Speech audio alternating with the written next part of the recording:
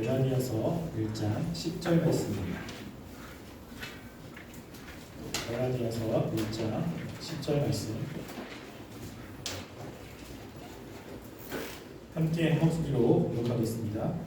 이제 내가 사람에게 좋게 하랴 하나님께 좋게 하랴 사람들에게 기쁨을 구하랴 내가 지금까지 사람들의 기쁨을 구하였다면 그리스도의 종이 아니니라. 아멘. 갈라디아서 1장 10절 말씀은 매우 해석하기가 어려운 부분입니다. 이 10장의 내용을 어디에 붙여야 되는지 학자들마다 의견이 조금 분분하긴 합니다. 이 10절의 말씀을 9절에 붙일 것인지 또 11절에 붙일 것인지 이 두 가지의 결정 가운데 서로 다른 이야기를 하고 있기 때문에 그렇습니다. 그래서 헬라어 LA 성경 같은 경우는 이 10절을 그 뒷부분과 연결을 시킵니다.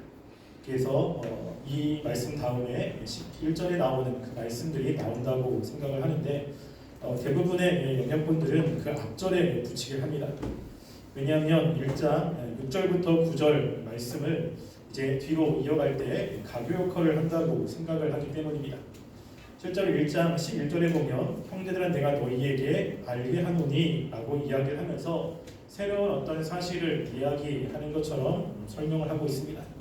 그래서 이 10절의 말씀은 그냥 가로 안에 넣어서 어떤 사도 바울이 넘어가기 위해서 무엇인가 이야기하는 것으로 보기 원합니다. 우리가 10절 말씀을 직역을 하면 이렇습니다. 우리나라 성경은 의역된 말씀이고요. 직역을 하면 이렇게 됩니다. 그러면 지금 내가 사람들을 혹은 하나님을 설득하랴 혹은 내가 사람들에게 기쁘게 하려고 하기를 구하랴 만일 내가 아직도 사람들에게 기쁘게 하려고 애쓰고 있었다면 참으로 내가 그리스도의 종이 아니라 라고 이야기합니다. 여기에 보면 두 가지의 질문이 나옵니다. 첫 번째는 우리나라 성경에 보면 내가 사람들에게 좋게 하랴 하나님께 좋게 하랴 라고 하는 것이고요. 또 하나는 사람들에게 기쁨을 구하랴 라고 하는 것입니다.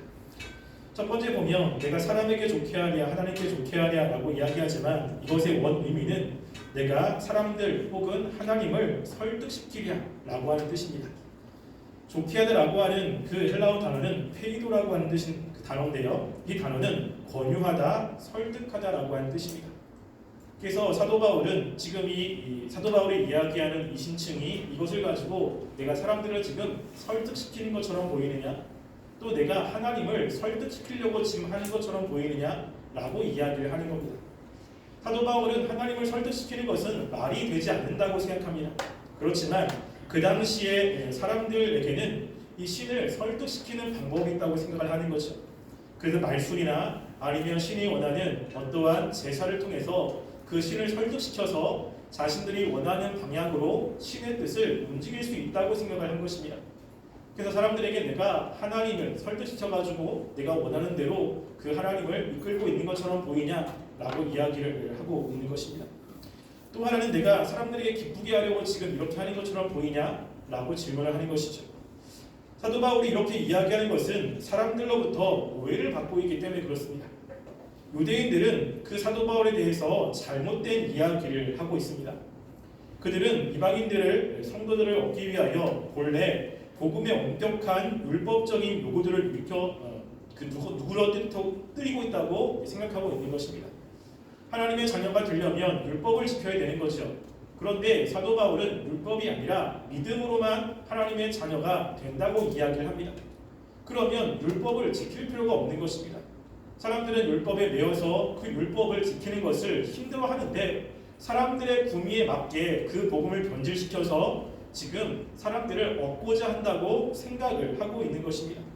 그래서 사도 바울은 그렇게 율법을 변질시켜서 많은 사람들을 추종자로 만들 것이라고 생각을 하고 있는 것이죠. 그래서 유대주의자들은 그렇게 자신들이 참된 복음의 내용을 회복시켜서 지금 사도 바울의 이야기가 잘못됐다는 것을 이야기를 하려고 왔다라고 생각을 하고 있는 것입니다. 어떤 면에서 사도 바울의 그런 모습을 보면요, 사람들을 위한 것이 아닌가라는 생각을 하게끔 하는 행동들이 참 많이 있습니다. 왜냐하면 사도 바울의 행동에서는 일관성이 좀 없는 모습들이 많이 보이기 때문에 그렇습니다. 그 중에 대표적인 말씀을 우리가 보면 고린도전서 9장 19절부터 22절 말씀을 한번 볼까요? 고린도전서 9장 19절부터 22절 말씀에 보면 지금 사도 바울이 어떻게 사역하였는지에 대해서 이야기를 합니다. 고린도전서 9장 19절부터 22절 말씀 우리 함께 한 절씩 교독하겠습니다. 내가 모든 사람에게 자유로우나 스스로 모든 사람에게 종이 된 것은 더 많은 사람들을 얻고자 함이라.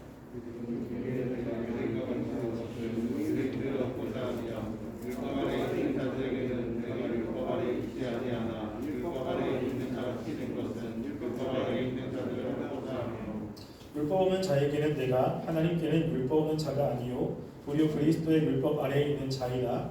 율법 없는 자와 같이 된 것은 율법 없는 자들을 얻고자 함이라.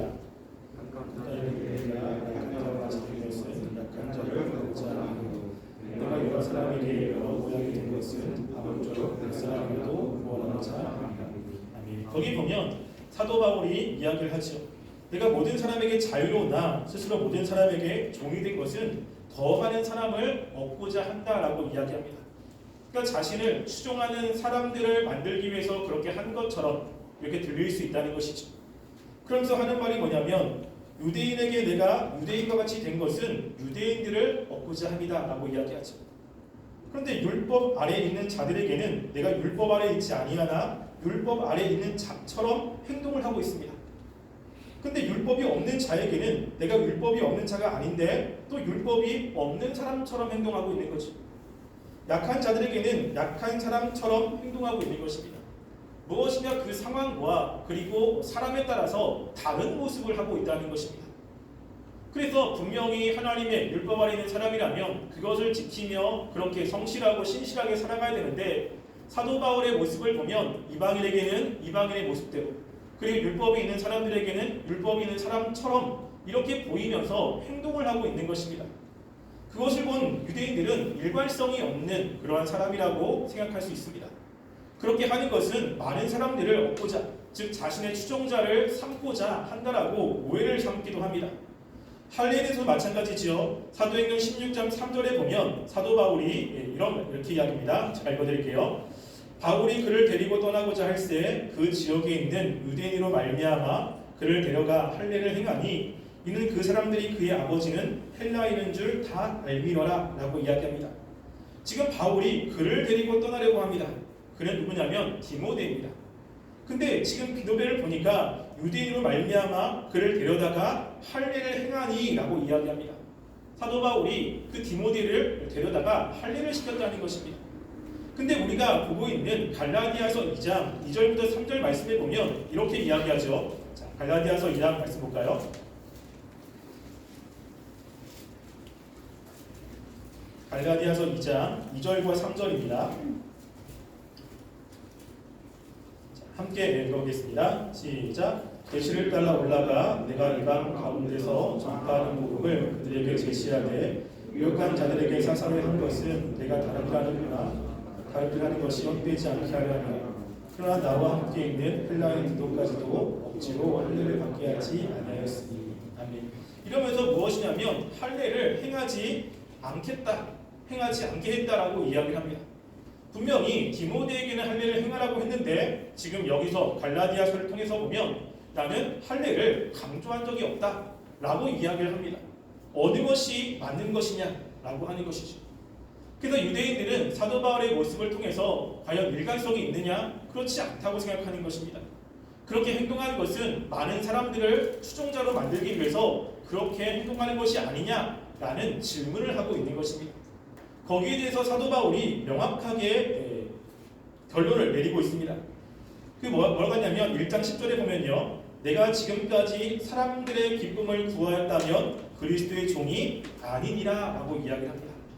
지금 자신이 그렇게 살아왔던 것, 지금까지 그렇게 해왔던 그 모든 것이 만약에 사람을 기쁘게 하는 것이었다면 나는 절대 그리스도의 종이 아니라라고 명확하게 이야기합니다. 종은 주인을 기쁘게 해야 됩니다. 지금 사도 바울은 자신을 그리스도의 종이라고 이야기합니다.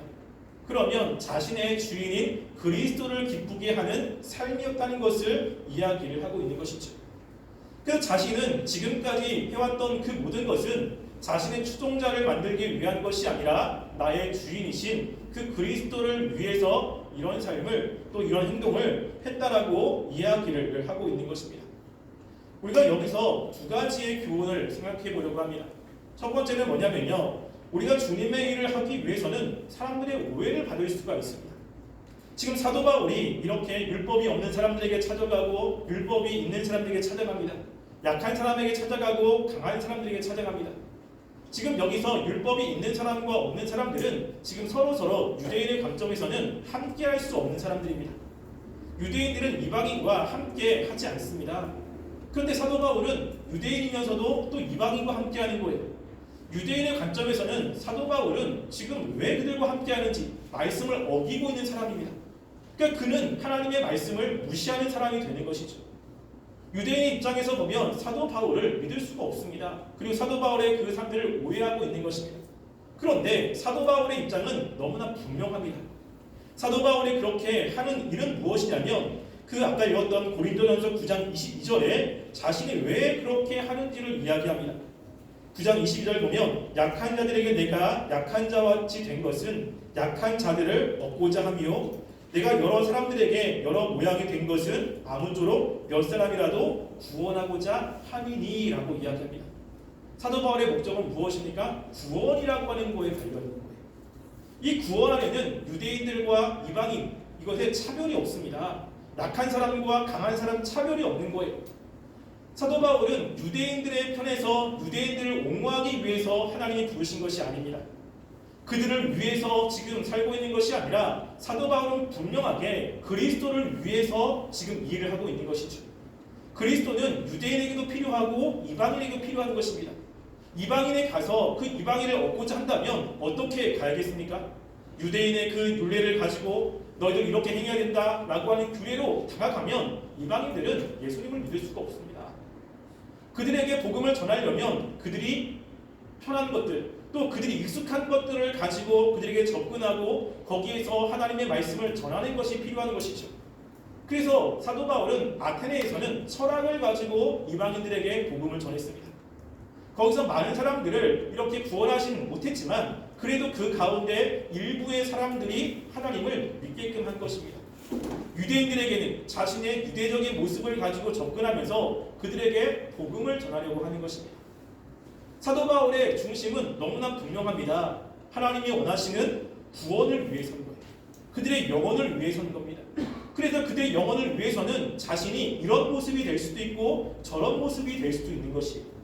그런데 유대인들은 자신들의 생각이 너무나 분명하고 하나님을 믿는 사람이라면 이렇게만 되어야 된다고 생각을 하고 있습니다. 그 생각의 관점에서 보면 사도 바울은 말씀에서 벗어난 사람인 거예요. 또 어떨 때는 또 말씀을 지키고 있습니다. 이게 되게 헷갈리는 것이죠. 하나님이 우리들에게 원하시는 것은 하나님을 위해서 살기를 원하시는 것입니다. 그럴 때 우리가 정말로 중요하게 여기는 것은 그럼 하나님이 과연 원하시는 삶이 무엇이냐라고 하는 거죠. 우리가 하나님의 말씀들을 100% 다 지키는 것 물론 그것도 필요합니다. 근데 중요한 것은 정말 하나님이 왜 그 말씀들을 주셨느냐라고 하는 거예요. 하나님의 마음을 아는 것이 굉장히 중요한 것입니다. 하나님은 이 땅에서 이 구원을 이루고자 하는 것이죠. 이 땅에서 하나님의 나라를 이루고자 하시는 것입니다. 문화가 다르고 또 성비가 다르고 신분이 다른 사람들에게 똑같은 것을 요구할 수는 없습니다. 그 상황에 맞는 상황 속에서 하나님의 말씀대로 살려면 어떻게 해야 되는지 이런 것들이 다를 수밖에 없는 것이죠. 그래서 사도 바울은 분명하게 그의 삶의 중심은 하나님을 위한 것이었습니다. 그런데 그렇게 하려고 하니까 사람에 따라서 자신의 모습을 바꿔야 되고 사람에 따라서 그 사람에게 복음을 전하기 위해서는 그 사람이 알고 있는 지식과 그 가진 습관과 이것을 통해서 복음을 전해야 되기 때문에 이렇게 다른 모습을 할 수 있습니다. 그런데 이런 모습은 오해를 살 수도 있다고 하는 것입니다. 그런데 사도 바울은 충분히 그 모든 오해를 감수하면서까지 그 일을 감당했다는 것입니다. 왜 그렇습니까? 주님이 원하시는 삶이었기 때문에 그래요. 주님이 그것을 원하기 때문에 그렇습니다. 그래서 하나님의 마음을 알고 그것을 그대로 실천하며 가는 사람들은 때로는 오해를 받을 수가 있습니다. 그런데 우리가 그 중심을 모르기 때문에 그런 것이지 실제로 마음에 보면 하나님을 위하는 경우가 굉장히 많이 있는 것을 보게 됩니다. 우리가 섣불리 다른 사람들의 행동을 평가하는 그런 오류를 범하면 안 되는 것입니다. 두 번째로 우리가 또 하나 생각할 것은 무엇이냐면요. 지금 여기 보면 내가 사람들을 좋게 하랴 하나님을 좋게 하랴 라고 하면 누구를 좋게 해야 되는 것입니까? 하나님을 좋게 해야 되는 것이죠. 그러면 하나님을 좋게 한다면 당연히 사람들에게는 미움을 받는다라는 생각을 갖게 됩니다. 그래서 하나님이냐 사람이냐 이렇게 이분법적으로 생각할 수 있는 위험성이 있습니다. 하나님을 위해서 산다면 당연히 미움을 받아야지. 사람들에게 아픔을 줘도 하나님을 위한다면 뭐 괜찮은 거야. 하나님만 나의 그 삶을 인정해 주신다면 사람이 상처받아도 괜찮지. 왜? 하나님을 위한 것이니까 라는 생각을 가질 수 있습니다. 물론 그런 말씀들이 성경에 없는 것은 아닙니다. 우리 마태복음 10장 22절에 보면 이런 말씀이 있습니다. 제가 읽어드릴게요.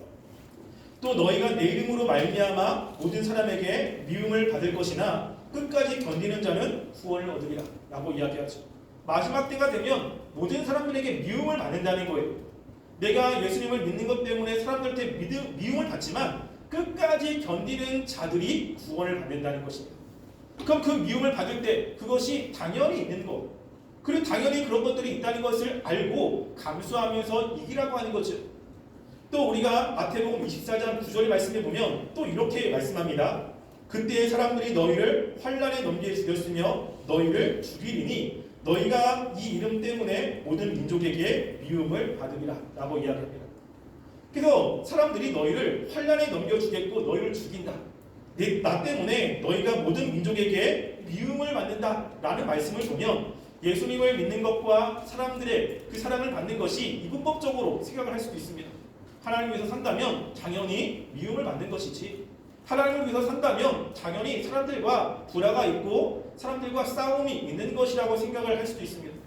그런데요, 성경에는 그 말씀만 있는 것이 아닙니다. 성경에는요, 로마서 12장 18절 말씀에 보면 이렇게 말씀합니다. 할 수 있거든 너희로서 모든 사람과 더불어 화목하라. 그 모든 사람과 더불어 화목하라고 하는 거예요. 싸움이 있고 미움이 있고 서로 분화만 있는 것이 아니라 너희는 모든 사람과 더불어 화목하게 하라고 이야기합니다.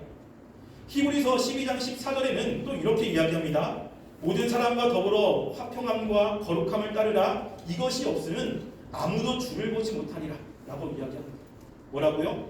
모든 사람과 더불어 화목함과 화평함과 거룩함을 따라라. 만약에 그것이 아니면 주님을 보지 못한다라고 이야기합니다. 되게 헷갈릴 수 있죠. 어느 곳에서는 모든 사람들의 미움을 받는다고 이야기하고 또 어느 곳에서는 모든 사람과 화평하라고 이야기를 합니다. 어느 것이 맞는 것입니까? 지금 만약에 이것을 사람에게 좋게 하랴 하나님께 좋게 하랴 이것이 하나님을 좋게 한다면 사람에게 미움을 받는 것이고 사람을 좋게 한다면 하나님께 미움을 받는 이분법적으로 생각한다면 성경 말씀과 이렇게 적용하기가 그 일치하기가 쉽진 않습니다. 지금 이 말씀은 그런 말씀이 아니라고 하는 것입니다. 실제로 사도 바울이 유대인들에게 그 많은 핍박을 당했습니다. 하나님을 위해서 일하는 그 사도 바울을 유대인들이 오해했고 그리고 사도 바울이 가는 곳곳마다 사도 바울을 방해했죠. 그런데 사도 바울은 로마서 9장 10절부터 1절부터 3절에 보면 이렇게 사도 바울이 이야기합니다. 제가 읽어드릴게요. 내가 그리스도 안에서 참말을 하고 거짓말을 아니하노라. 나에게 큰 근심이 있는 것과 마음에 그치지 않은 고통이 있는 것을 내 양심이 성령 안에서 나와 더불어 증언하노니 나의 형제 곧 골육의 친척을 위하여 내 자신이 저주를 받아 그리스도에게서 끊어질지라도 원하는 바로다 라고 이야기합니다. 지금 자신의 골육의 친척을 위하여 누구죠? 유대인들이에요. 유대인들을 위해서 내가 저주를 받는다고 그래도 저주를 받아 그리스도에 끊어질지라도 내가 원하는 거다 라고 이야기합니다. 지금 사도 바울은 이 유대인들을 사랑하면서 지금 이야기를 하고 있는 거예요. 하나님을 위한다면 당연히 그들과 관계가 깨지고 그들과 원수지간이 돼야 되는데 사도 바울의 마음에는 그렇지 않다는 것입니다. 하나님을 위한다고 해서 사람과 다 미움을 받고 적대적으로 되는 것은 아니라는 것입니다. 여기서 중요한 것은 어떠한 현상이 이렇다라고 하는 것을 얘기하는 것이 아니고요. 지금 너희들이 내가 지금 하고 있는 사역의 중심이 어디에 있느냐라고 하는 거예요. 사도 바울이 지금까지 해왔던 그 사역이 내가 정말로 사람들을 중심으로 그리고 사람들을 위해서 하는 것이었냐 아니면 하나님을 위한 것이냐라고 하는 것입니다. 지금 이것은 중심과 관련되어 있는 것입니다. 어떤 현상을 이야기하는 것이 아니에요.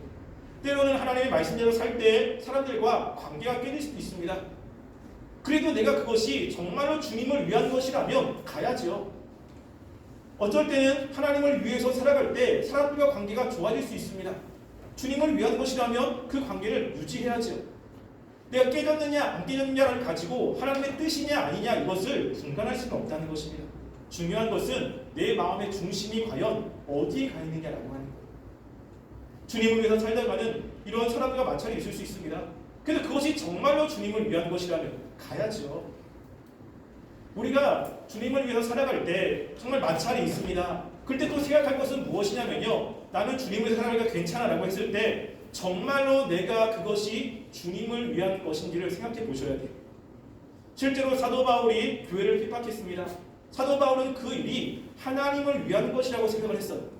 하나님을 위한 것이라고 생각해서 그 교회 안에 있는 사람들을 핍박했고 그들을 죽이는데 앞장섰습니다. 자신은 하나님을 위한 것이라고 생각했어요.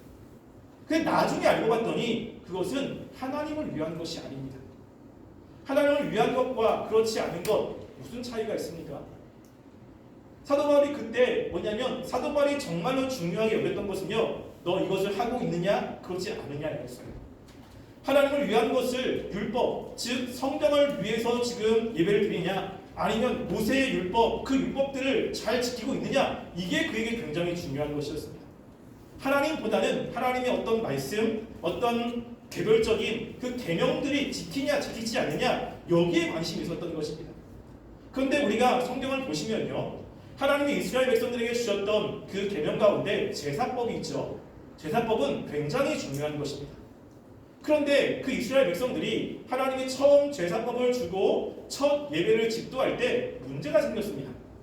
우리 레위기 10장 말씀 한번 볼까요? 우리 레위기 10장 말씀 한번 보겠습니다. 자, 레위기 10장 1절부터 2절 말씀 보겠습니다. 레위기 10장 1절 2절 말씀 함께 읽어보겠습니다. 시작. 아론의 아들 나답과 아비후가 각기 향료를 가져다가 여호와께서 명령하지 아니하신 다른 돌을 담아 여호와 앞에 분향하였더니 불이 여호와 앞에서 나와 그들을 삼키매 그들 여호와 앞에서 죽은지라. 아멘. 문제가 생겼는데 지금 나답과 아비후가 하나님께 제물을 드리다가 다른 불을 드린 거예요.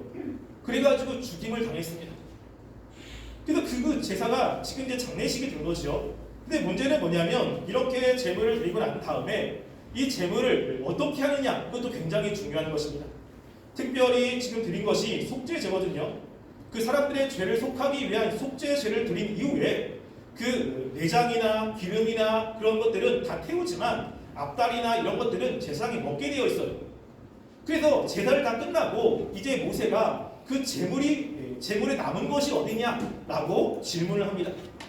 그때 어떻게 하냐면 그 제사 남은 그 모든 것들을 다 태워버려요. 우리가 10장 16절 말씀 한번 볼까요? 자, 10장 16절 말씀 함께 읽어보겠습니다. 시작. 모세가 속죄를 드린 염소를 찾은즉 이미 돌살났는지라. 그가 아론의 남은 아들 엘라살과 이발에게 누하여 이르되. 여기 보면 모세가 화가 난 거예요. 아니 분명히 하나님께서는 속죄 제사를 드린 나머지 제물을 먹으라고 했는데 지금 임의적으로 엘라살과 이다말이 그걸 태워버린 거예요. 하나님의 계명을 어긴 거 아니겠습니까? 모세는 화가 난 거예요. 아니 어떻게 하나님의 그 말씀들을 다 어길 수가 있느냐? 지금 하나님의 말씀을 어겨가지고 나답과 아비후가 죽지 않았느냐? 근데 왜 또 그 말씀을 어겼느냐? 화가 난 것입니다. 근데 그 화가 난 그 모세에게 아론이 이야기를 하죠. 19절 말씀 한번 볼까요? 19절 말씀 읽어보겠습니다. 시작. 아론이 모세에게 이르되 오늘 그들이 그 속죄와 번제를 여호와께 드렸어도 이런 일이 내게 임하였거늘 오늘 내가 속죄물을 먹었더라면 여호와께서 어찌 좋게 여기었으리요. 여기 보면 뭐라고 하죠? 지금 이 제물을 하나님께 드렸어도 이렇게 내 아들이 죽었는데 그렇게 불쾌한 그것을 만약에 우리가 먹었다면 하나님이 원하시는 그러한 일이 아니지 않느냐라고 하면서 누구를 위한 이야기입니까? 하나님을 위한 것이. 하나님께 드려진 그 제사를 정결케 하기 위해서 이렇게 했다라고 이야기합니다. 하나님을 위한다면 하나님 말씀대로 해야 되죠. 제사는 잘못됐지만 그 이후에 그 짐승의 제물은 하나님 말씀대로 먹어야 되는 거예요. 근데 그것을 어겼습니다. 근데 모세가 그 말을 듣고 어떻게 했어요? 좋게 여겼어요. 하나님이 그 이후에 그렇게 한 아론의 아들들에게 징계를 했느냐? 그렇지 않았다는 것입니다. 무엇이죠? 하나님이 율법의 말씀을 줬지만 그대로 100% 다 지키는 것 필요합니다. 일반적으로는 하나님이 원하시는 대로 그 말씀대로 지켜야 되는 거예요. 근데 때로는 그 말씀대로 지키지 못할지라도 그 마음 중심이 정말로 주님을 원하는 것이라면, 하나님이 기뻐하시는 것이라면 하나님이 용인해 주신다라고 하는 것입니다. 그래서 우리가 이것들을 생각하셔야 돼요. 내가 정말로 하나님을 위한 그런 삶인가? 내 중심에 정말 주님이 기뻐하시는 그런 삶을 살기 위해서 지금 내가 애쓰는 것인가? 내가 사람들과 관계 속에서 지금 뭔가 불편한 관계가 있고 사람들과 관계가 깨지고 있는데 나는 주님을 위해서 이게 당연한 것이라 생각하는데 정말로 내 마음 중심에 주님을 위한 것인가? 나의 편함과 또 내가 익숙함 이런 것 때문이 아닌가? 라는 것들을 생각해 봐야 되는 겁니다. 근데 하나님의 기쁨이 원하는, 하나님을 위하는 그러한 삶을 사는 사람들의 마음은 뭐냐면요, 나를 미워하지만 나는 그 사람들을 미워하지 않는다는 거예요. 그 사람들이 나를 힘들게 하지만 나는 그 사람들을 미워하거나 관계를 깨트리는 일을 하지 않는다는 것입니다. 사도 바울은 지금 유대인들로부터 핍박을 받지만 사도 바울의 마음속에서는요, 그 유대인들을 사랑하는 마음이 있다는 거예요. 왜? 하나님이 그들도 사랑하시기 때문에 그렇습니다. 그들도 하나님의 백성이 될 수 있고 하나님은 그들에게 아직까지도 사랑의 마음을 가지고 있기 때문에 사도 바울은 그 마음을 알기에 그들을 미워하지 않는다는 것입니다. 나랑 생각이 다르다고 그 사람들을 깨트리고 분리시키고 그 사람들을 정죄하고 이런 것의 중심이 과연 하나님이십니까? 하나님은 주변의 사람들을 사랑하라고 이야기를 합니다. 서로 사랑하라, 이것은 내게 너희 주는 새로운 개념이라고 이야기하죠. 그리스도의 특징 중에 가장 중요한 특징은요, 거룩과 함께 사랑이라고 하는 것입니다. 사랑을 잃어버리면 우리의 신앙은 하나님이 인정하시는 신앙이 되지 않습니다. 율법의 그 모든 것은 사랑이라고 하는 것에 종속되어 있습니다. 그런데 율법을 지키면서 사랑이 없다, 이러면 무엇인가 율법을 제대로 지키고 있지 않다라고 하는 것입니다. 지금 사도 바울은 분명히 이야기합니다. 너희를 볼 때 내가 사람들에게 잘 보이기 위해서 이렇게 하는 것처럼 보이지만 내 중심은 하나님께 있다는 것이죠. 나는 하나님의 종이기 때문에 하나님이 원하시는 그 일들을 감당한다고 이야기를 합니다. 우리는 내 마음의 중심이 어디에 있는지 한번 생각해 보았으면 좋겠습니다. 하나님의 백성이라면 우리는 하나님 중심으로 살아야 됩니다. 내 마음의 중심이 하나님이 아닌 다른 말씀이나 다른 것으로 가면 안 됩니다. 이 말씀도 하나님을 위해서 있는 것이고 이 말씀을 통해서 하나님을 알기 위해서 말씀을 알아야 되는 것이고 이 말씀을 통해서 하나님을 사랑하기 위해서 말씀을 알아야 되는데 하나님을 사랑하고 하나님을 아는 것 외에 그 말씀 자체에 우리가 중심을 두고 있다면 우리는 하나님이 보시기에 온전한 신앙생활이 아닐 수 있다는 것입니다. 우리가 오늘 말씀을 통해서 정말 나의 중심이 어딘지를 한번 확인해 보시고요. 하나님, 내가 온전히 하나님의 백성으로서 주님을 위하는 그 삶이 되게 하시고 나의 삶의 방향이, 내 인생의 삶의 목적이 온전히 하나님께로 향해질 수 있도록 늘 힘쓰고 애쓰는 삶이 되게 해달라고 기도하며 나가는 귀한 우리 청년부 되시기를 간절히 소원합니다. 기도하겠습니다. 우리 시간 말씀을 생각하시면서 기도했습니다.